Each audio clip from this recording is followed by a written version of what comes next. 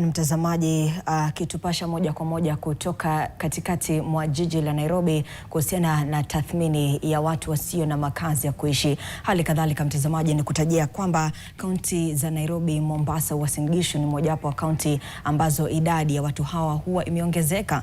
Na basi kwa muktadha huo sasa nayo tunajiuliza taswira ya jamii ya wasio na makao mjini Mombasa ikoje? Tunaungana na mwanahabari wetu Fatma Bogo naye atuchoree taswira kamili, ambaye tayari amewatembelea watu hao. Watupashe zaidi, wanaishi vipi na labda sababu zao ni zipi? Fatma? Naam, bila shaka hapa tuko katika uwanja wa Makadara ambao ni uwanja maarufu sana hapa, ambapo mmoja wapo eneo ambalo limekithiri hizi familia za mitaani. Ukiangalia kwamba wengi wa familia hizi ni zile ambazo hazijiwezi, na wengi wao huwa ni watoto, hasa majira ya asubuhi, mchana na hata jioni utawaona wakitembea katika maeneo mbalimbali hapa Mombasa, na wengi wao ni wa chini wa umri wa miaka 5. Wazazi wao huwa sana kulingana na utafiti ambao tumefanya ni kwamba wazazi wao hujibanza sehemu fulani na kisha watoto ndo wanachukua husukani wa kwenda kuombaomba katika mitaa mbalimbali. Hapa tuko na kiongozi hapa Mombasa. Karibu sana. Ukianza kwa majina yako. Serikali ya kaunti ilikuwa imeweka mikakati ya kuhakikisha kwamba familia hizi zinatoka. Ukiangalia kwamba Mombasa ni kitovu cha utalii, na ilifikia kipindi ambacho walikuwa ni tishio kwa hali ya usalama hapa Mombasa. Labda utueleze kwa kina. Ukianza kwa majina yako. Assalamu alaikum. Kwa majina naitwa Fatma Swale Mote, maarufu naitwa Fatma Kushe, kutoka kule Nyali Sub County, Kazandani Ward. Kwa kusema leo kweli, mimi kwanza nitakataa kwamba kuna kitu kinaitwa street family.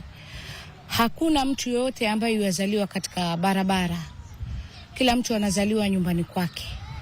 Na mimba nyingi hutungwa na watu wawili, akiweko baba na mama. Lakini cha kutamawisha ama cha kustajabisha ama cha kusikitisha ni kwamba watu wanakimbia majukumu yao. Alafu kwa nini hili swala hapa kwetu Mombasa? Hauwezi kwenda Nairobi CBD ukaona watoto wanazunguka mtaani, ama watoto wanazunguka mtaani wakiweza kuombaomba. Watoto wanadhalilishwa na wazazi, hawaendi shule. Watoto utaona kama hapa kwetu, unajua kwamba Mombasa ndio kitovu cha utalii. Siku hizi hata mtalii akija ama wananchi tu wa kawaida akienda kununua hata ile ice cream, haiwezi kuila kwa furaha. Utaona mtoto anamsimamia, anamuomba. Kama mzazi hautaweza kula kama mtoto anakuomba.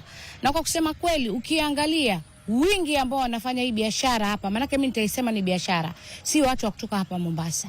Si watu wa kutoka Mombasa, ni watu wa kutoka pengine Kwale, Kilifi, hata katika jirani zetu Tanzania. Nafikiri County Government of Mombasa iliweza kushika sana kijana ambao wanajifanya ni walemavu. Na kuna watu ambao wanawatuma ili waweze kwenda kuomba pesa. Mwenyezi Mungu ametuumba na amekuumba na kiwiliwili chako, lakini unajigeuza kuwa mlemavu. Naam. Asante sana, naomba nikukate. Bila shaka mpenzi mtazamaji, hii ni taarifa ambayo tutakuwa tunaiangazia kwa kina. Ukiangalia hapa familia zipo hapa, hili ndio eneo moja hapo ambalo wanafanya shughuli zao, kuoga, kufua. Kwa hivyo ni swala nyeti ambalo linafaa kuangaziwa, lakini kwa sasa nitarudisha usukani kwako studio. Asante sana Fatma Bogo. Mtazamaji, hali ni kama hiyo mjini Mombasa. Basi sasa tuelekee hadi kaunti ya Uasin Gishu.